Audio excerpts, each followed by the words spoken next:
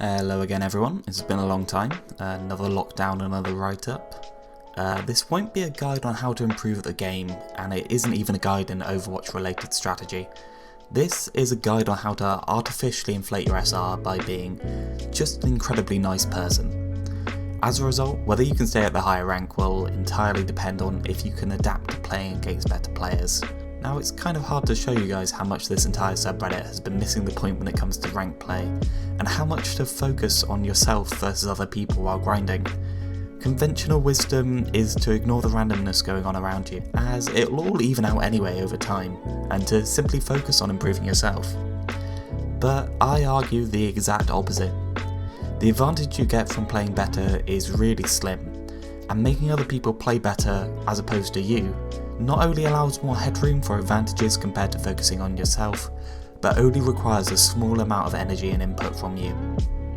No matter how good you think you are one person, and the chances you have of winning is equal to the input from all the players on your team and not just you. If you scored each player relating to how well they perform, where 0% is a player completely AFK, and 100 is a player who's performing at the average level of players at their current SR, if a player performs 30% better than other players at their skill level, and every other player performs as expected, their team's total effectiveness only raises to 105%. If this 5% extra advantage converted to a 5% increased win rate, which it doesn't really, but I'll get to that later, it could only net you an average of 1.25 SR per game, and you'll take 400 games to rank up the 500 SR to a new rank. Similarly, playing at 160% would give you 200 games to the next 500 SR. It spells out a clear message to start with. You're 1/6 of your team, and playing better gives you 1/6 of the advantage. The one constant you have with ranked is that over time the advantages and disadvantages from having bad and good players, tilters, throwers, smurfers, all happen as much to the opponent's team as they do to yours. The trick is finding a way to leverage this in order to increase your chances of winning. In any particular game, there are 5 people who aren't you. Some of these people will be completely in the zone, playing in a proper state and getting stuff done. Others will be playing at various levels of their actual skill. Some will be an 80%, some will be 60%, some will be playing at 100%. But remember, this isn't a tournament, and it isn't a scrim. It's a rank game, and the average level of play of both teams is more likely to be 80 to 90% of how someone at their SR should be performing. This is your advantage, and this is your headroom. This is where your focus should be if you want to effectively increase your SR while not putting in much effort. It's much easier to get your team to play 10% better and reach their normal level than it is to play at 160% of your personal normal level. Let's say there's a game where a player on your team is tilted, working at 40% of their actual ability and complaining at other team members when they mess up. Nobody plays well when they're being yelled at. Most people don't even care about the outcome of the game anymore when they're being yelled at. You don't just lose the 60% efficiency from the tilter, you lose everyone else too.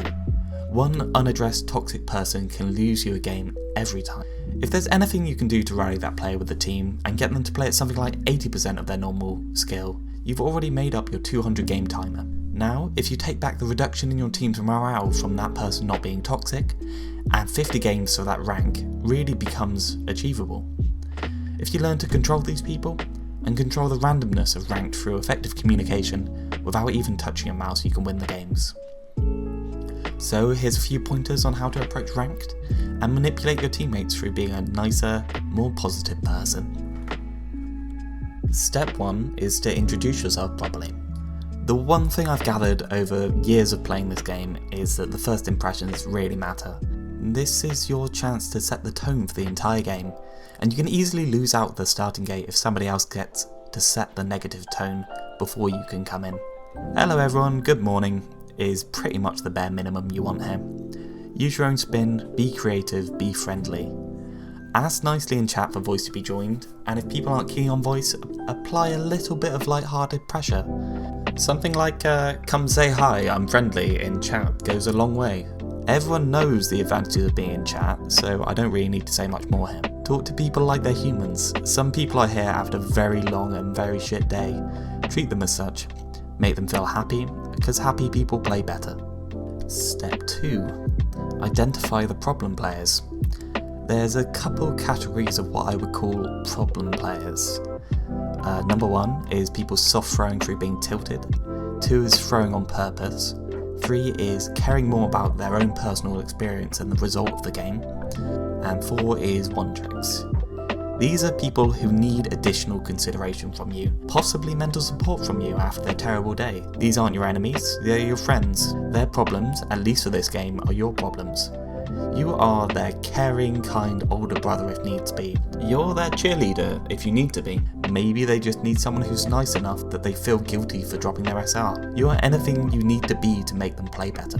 I'll cover different strategies for addressing these players in a different post, or I'd need to write a TLDR that's way longer than the intro for this.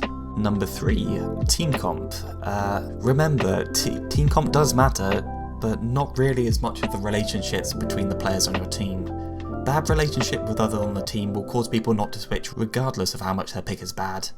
And if someone looks like they might start a fight over a pick, saying something like, don't worry, it'll be fine, I believe in them, is a brilliant conflict de-escalator, which is what you need to be in order to gain this SR. Number 4, maintain a constant positive presence in the voice chat. Nobody wants to be toxic when there's someone really nice doing calls over voice. People really underestimate how timid these toxic people are. They aren't just giga chads who don't care what people think of them. For the most part, they're just frustrated normal people. They don't want conflict, and they won't voice their negativity if there's other people there before them. Just being there is enough. Being there and being nice is even better. Number 5, criticism is banned. Let me just repeat that, criticism is banned. The number 1 tip on how to performance manage people in a team is as follows. You praise them in public and you punish them in private. If you have something nice to say, make sure other people hear you saying it to the person. And if you have criticism of a person, make sure you give it to them in private. In an organisation, this means pulling people aside to talk to them individually about their mistakes, but in ranked you can't pull people aside. That means you basically can't criticise them during games. This person will not only have the normal bad reaction to being told they did something wrong in public, but in addition to that, they didn't ask your opinion. You aren't their coach, and you aren't someone they respect unless you earn that respect. Any negative comment about someone's performance will negatively impact your chance of winning. No matter how constructive or nice you think you're being, all you're doing here is crossing your fingers and betting they aren't in a bad enough mood to stop playing or start throwing. Number 6, changing course when you need to and how to correct your team's direction. Changing strategies is easy and changing someone's picks is hard. Go high ground next push has no risk of someone feeling called out. Switch video is universally a bad call that will make someone feel called out and shut them off from you. All suggestions to changes need to be put in a very general way unless you know you already have a good rapport with that player. Because of this, changing a general strategy is always far easier to put across than 1 or 2 problem picks. You have to carefully weigh up how much the conflict detracts from your team when compared with the gain from someone swapping under your advice. I'll explore this more in my follow-up since I'll need to address the strategy considerations as well as the interactions between people, and that kind of fits in with the introductions to the different types of players than it does here. Number 7, the first fight matters. It really matters. You don't need me to tell you that the games win and lose based mostly off first fight. This isn't just because the first fight tells you who's better, it's because this is when the negativity first shows up. There will be a toxic comment if you lose. It's your job to safeguard against that. Again, just being there can be enough. You're still going to win. Unlucky, go again. That toxic 40% player shouldn't be able to complain about your ball feeding because you've already addressed it and given your team a new direction. Regardless, if you've played your cards right, they should already be feeling better. Number 8, only play when you're in a good mood. I saved the most important here for last. The number 1 piece of advice for all competitive players of any game. Everyone knows the impact on your own performance when you're tilted, but the impact on you isn't what I care about. When tilted, you can no longer project your energy over the microphone. You won't be a present part of the game, shot calling, supporting other people, stopping the conflict on your team, and you may unintentionally be that player who breaks the morale over mic and gets everyone else to play worse around you. Playing while tilted removes all advantage you get through positively influencing your team, and you're now just another bot playing at 90% of your potential. Hopefully by this point, I've made it clear to you that this is the correct way to go if you want to increase your SR.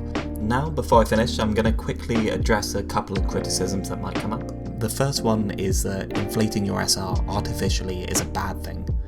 Now, I've been very clear to say that this approach to ranked won't make you better at the game.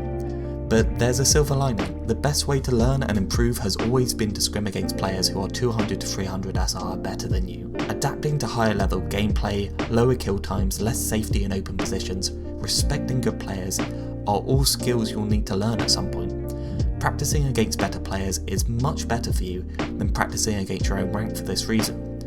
But that's the beauty of this strategy in tackling a rank grind. You play when you're in a better mood, and you enjoy the game more because other people feed positivity back into you when you give it to them.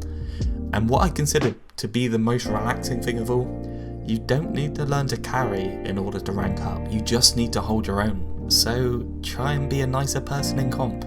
The worst thing that could happen is that you spread some positivity. God knows the community needs it sometimes. Thanks for joining me for this one. Hopefully this is enough to convince you of the merits of being a nice person. And maybe it will put a bit of agency back in your hands when ranked RNG starts to get you down. Have a good one.